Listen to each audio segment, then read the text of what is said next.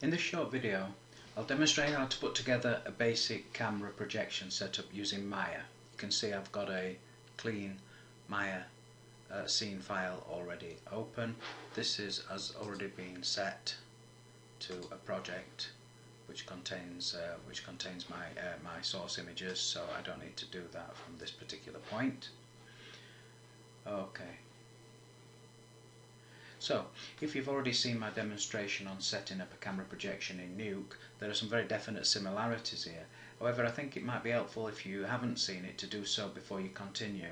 And the reason why is because I outlined each of the components and provided an explanation of how each of them contribute to the final camera projection setup. I won't be doing that again in this video. Okay. So I'll make a start. I'm just going to start by, I'm going to do this quite sort of methodically just so you can see very clearly what I'm doing. So I've just added a plane to this scene and I'm just going to sort of scale that up quite a bit. So around about 6, something like that, will be fine, 5 maybe. And then I'm just going to rotate it on its x-axis. I'll just hard type that just to get it bang on.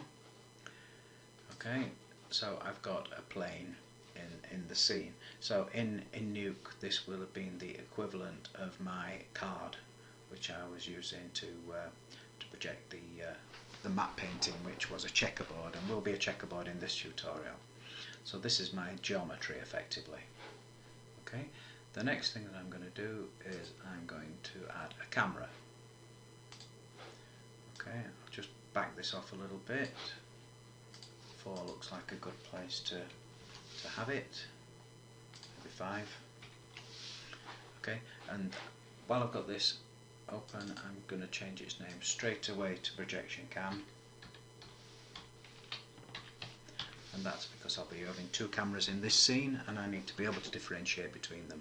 So that is Projection Cam setup, and there is my geometry, which I'll just call Geo for the sake of this demonstration. Okay, so we've got our 2 basic elements set up there. So we need to create a shader now. So I'm just going to open up my Hypershade panel and try and dock it or place it somewhere within the screen capture software where we've got plenty of real estate to see what we're doing. Okay, so we're going to start, as I said, by creating a shader. By far the best shader to use in Maya is the surface shader, so I'm just going to select that and you can see that immediately puts a surface shader into my scene here. Okay, a little bit of an alert for people that are used to using Maya is be very careful about what I'm about to do now. Be very careful to follow exactly what I'm doing, because there's a temptation to do this very quickly if you're used to applying shaders and materials in Maya, and you can quickly go wrong. So with the surface shader selected here, you can see it's opened up the attributes. I'm going to come into the out color, hit the checkerboard to open up the create render node panel, and we're used to clicking this file menu and going and getting a material from it, but we don't want to do that. What we want to do is we want to right click on the file and we want to say create as projection. That's really important. Okay, and you can see that creates us a whole bunch of new nodes, and you can see right at the heart of that is this projection shader.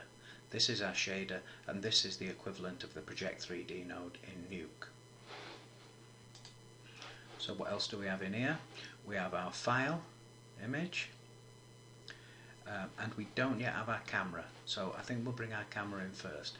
But before we do that, this is just because if I don't do it I know I'll forget, is I just want to select my geometry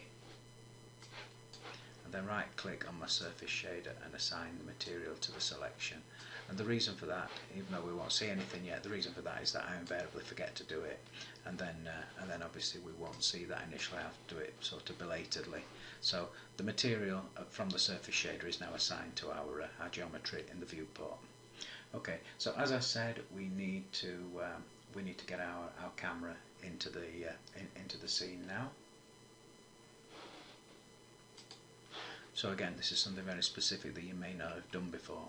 Okay, so if we select our projection so that we've got access to our attributes, what we need to do, if we just open up the camera projection attributes, you can see all these are greyed out. We need access to these because we need to link our projection camera in here.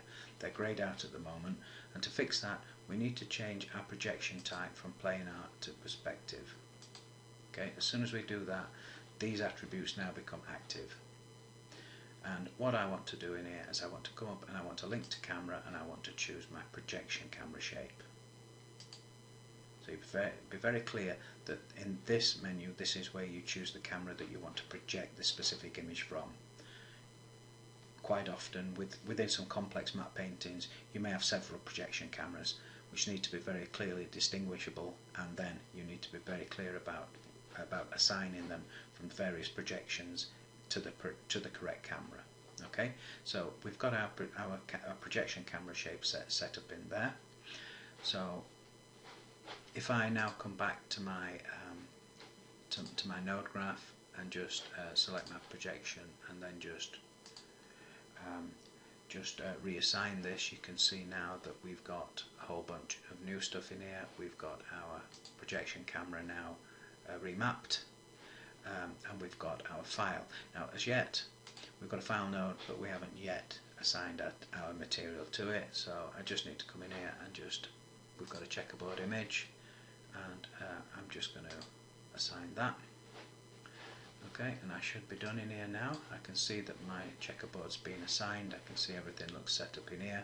We've got our projector.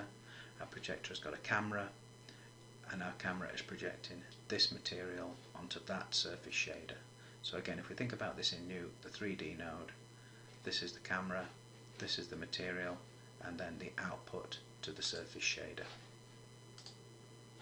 Okay, we're not seeing it yet, and that's because the viewport isn't set to see materials. If I just type 6, you can see if I just hard type these, 4 gives us wireframe, 5 gives us a shader but without materials, and then 6 gives us the shader with materials. If we look through the projection camera, you can see that the material is projected nicely onto the card. Okay, so that is pretty much it. What we need to do now, obviously, is we need a shot camera so that we can actually create some animation to test this concept. So I'm just going to select my projection camera, and I'm just going to type Ctrl D to duplicate it, and I'm going to call this one shot camera. Shot cam. And then I'm going to come to the first frame, so click this to make sure that my playhead is right on the first frame, and just pull it back a little bit, maybe not back that much, maybe pull it back to something, let's go to 10. Okay, and while I've got that selected, the camera selected, if I just type S, you can see that that assigns a keyframe on the first frame at the Z translation position of 10. Okay, I'm just going to set that to 100 frames rather than 120. Okay, so what I'm going to do now is I'm going to come forward in time to frame 100, and then I'm just going to push this camera through a little bit. Let's go to 2, because in our example in Nuke, and again if I type S, we get a keyframe on that frame as well. So you can see now we've got our camera pushing through. Start off at a distance. So again, oops, if you recall, I kind of used the Hogwarts scenario here of the camera looking at Hogwarts in the very distance, and then pushing on beyond the projection and right into maybe a window or a turret at the building.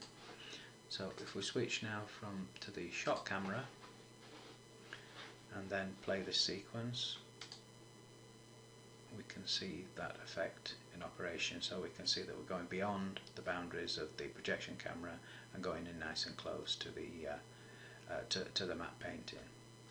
So that is exactly the same approach in Maya as done previously in Nuke, and hopefully you can see in the hypershader, hopefully you can see that this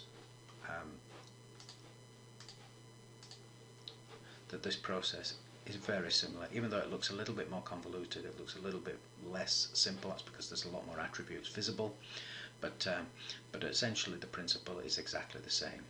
So that's it. I hope you found that demonstration useful and informative.